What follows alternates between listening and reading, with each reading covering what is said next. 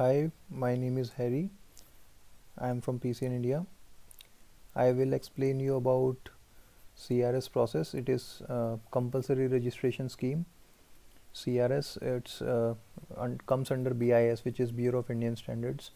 This is the marking requirement, mandatory marking requirement. You can see above side this IS standard we have to mention. Bottom side we have to mention the license number, and then we have to mention the website reference number of BIS website reference. So let's begin. I will explain you step by step the basic process of compulsory registration scheme. In this process we do not have to go for factory audit. BIS also have another scheme which is ISI. In that we need factory audit, but in this CRS we do not need any factory audit. So in this I will explain you can see that there are 6 points. I will explain you overview of the BIS, then certification process, then different types with what kind of approvals are required for BIS, then required documents, then list of mandatory product, then the marking. So basic about CRS. In this CRS is compulsory registration scheme. We can say it CRS. Sometimes we say it CRO, which is compulsory registration order. Mighty normally use this word CRO. CRS used by BIS.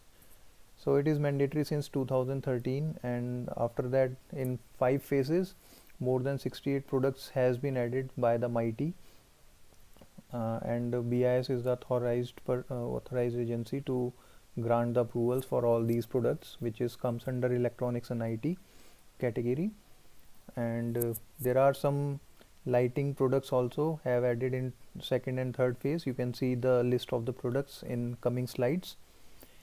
In this you can see that local testing is mandatory and BIS certification required for the custom clearance process. So if the product is not BIS approved, you cannot do custom clearance. You have to send samples in India and get the testing done in local India labs, and then you have to apply application to get the BIS certificate. As I told you that factory audit is not required. So in this just you have to send samples and testing and apply. Then we have factory outside India have to appoint one Indian representative, which is the resident of India, and the company should represent that factory. If brand owner have office in India, then brand owner should be Indian representative. If factory have office in India, then factory should be Indian representative. If brand owner or factory both do not have factory in office in India, then they have to appoint one third party. It can be importer, it can be agency, or it can be any other third party. They can appoint an Indian representative to them. So this certification valid for 2 years, and after 2 years once you get the approval from BIS, it is valid for 2 years. After 2 years you have to apply for the renewal, and there are options available for the renewal of 2 years or 3 years or up to 5 years. Depending upon the fee submission, you can opt up to 5 years. The fee will be higher, and at the time of renewal you have to submit just documents and the quantity. There is no need for retesting or reapplying the approvals. It's just a document and submit a fee, and then that factory will be renewed for 5 years. No need testing again. Then system in all related to factory and brand registration. So this BIS is related to factory only. So each factory have to apply for the approval, even though the same factory have same model and they are manufacturing in different facility. They have to approve it again once. For example, they have factory in China, they have factory in Vietnam, and they are manufacturing same brand, same model, but they have to apply it twice because the factory location is different. So in this we have to apply for each factory, and then each model needs registration as per the series guidelines. So we have an option like up to 10 models we can list in one test reports. Later I will explain you. Up to 10 models, one will be lead model, and 9 series models. As per the series guidelines we can group it. So once you will refer the series guideline for each product, you can understand how we can group it. I will provide you documents at the time of projects. So next point is same brand or same product, multiple approval is required if there are multiple factories or different brand for the same factory. So as I explain you here, each factory have to apply, like if it's in China or if it's in Vietnam, then they have to apply twice for the same product, even for the same brand.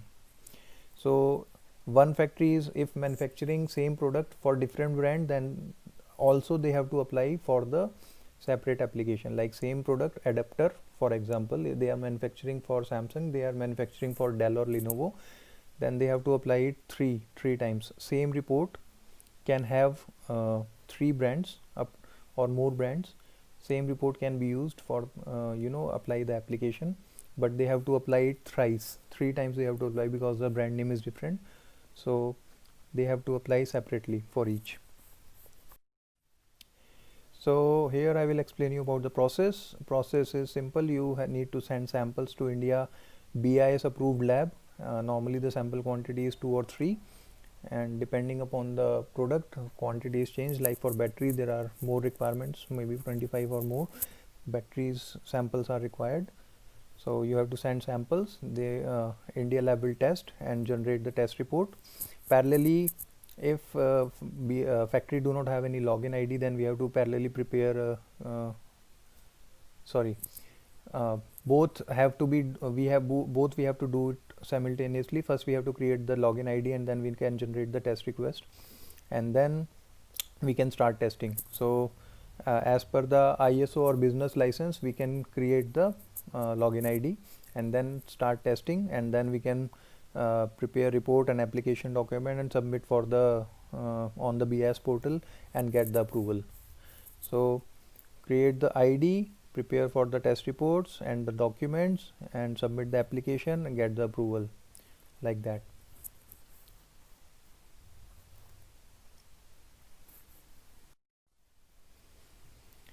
So these are the types of the BIS approval.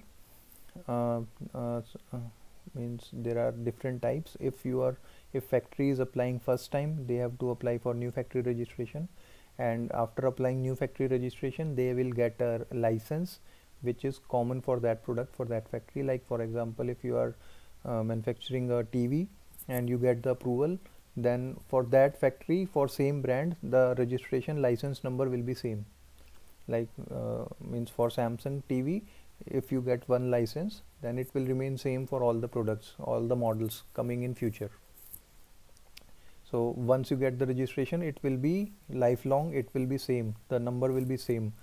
You have to just do, after that you have to just do model inclusions. Like there are upcoming new models, then you need to apply again and under model inclusion category.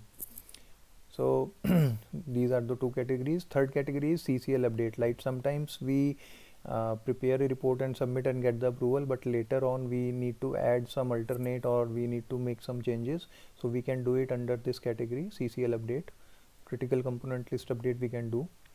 Then there is another category like model add in old report. There is a possibility that we can add new model in old base reports, which if it is already BIS approved, we can do this only if old approved, we already have old reports approved by BIS, then we can do this. Then add brand, new brand. So we can do this also if there is already one report is available and it is already BIS approved, we can add brand name in the same report. Not the same report, we have to issue amendment report for the brand addition, and then we can use that amendment report. In this there is only one benefit, that you do not have to test again. You just issue an amendment report and get it, apply it into BIS and get the approval. If it is coming under same series, then we can do that. The next category is withdraw model. Sometimes we get the approval in the previous, like model inclusion, in these case we get the approval, but we need some major changes in the product, and we cannot, and we do not want to change the model number. In that case, this option is available. we withdraw old model and apply new test report again for the same model number. That we can do. Then next is standard update. Like sometimes BIS issue guidelines to update the standards, so we time to time we have to update that. So standard, there are some notifications, let me close this. So factory information update. So sometimes we need to update factory information like address, or sometimes factory change the name. So there is an option available. We can change the pin code or address or the name. We can apply for the changes. And next category is name or address or email or management change or authorized person change. Sometimes factory change the authorized person or they change the top management. In that case, these kind of application we need to apply for update. So we need to so for each there are different kind of documentation, so I have listed it separately. For all these kind of category we need to prepare different documents. Then next category is IR information update. Like sometimes some person leave and the new person join, then in that case we need to apply for IR information, Indian representative. IR stands for Indian representative. Sometimes we need to change the agency, or sometimes we need to change person, so in that category we need to apply IR. And then factory renewal, as we need to see the expiry date, and before at least 10 days before we should apply for the renewal. Then documentation process, documents required. So I have listed here few documents. Normally we do these kind of documentation for these projects. So for testing documents we need marking label, CDF and CCL, layout, circuit diagram, transformer data sheet, SMPS CB report, like that. For different kind of product, different set of documents are required. So these are just for the indications. Like these we need documents for the testing. For factory registration we need these kind of document like English or factory license. So we should remember that BIS need all document in English only. Local language like Vietnamese or Chinese language is not accepted. All the documents should be English translated. So factory license, nomination to Indian representative, employee authorization letter, form 1, brand authorization letter, trademark certificate, like these documents are required for the registration. From Indian representative side, the employee authorization letter, their license establishment, means company establishment certificate, it can be CIN or GST certificate, then employee ID card, brand authorization letter, affidavit are required from the Indian representative side. So at the time of project we can share with you Excel file, in that everything is. So let's have a look at the list of the products which are mandatory. So there are many products which needs mandatory certification. You can have a look here, 25 here, then here 40. These products has been added recently, from here to from induction stove to rice cooker, and then televisions and SMPS, and then wireless microphones, Bluetooth speakers. All these have been added recently, so you can have a look on these mandatory product list. Then you need to confirm us which product you need certification, and then we can give you more details about the certification. So thank you very much for this. You can contact these person, or you can contact me directly from PCN India. This is my email ID. You can send me an email, or you can contact Mr. Shim or Mr. Jin or Hugo. Thank you very much.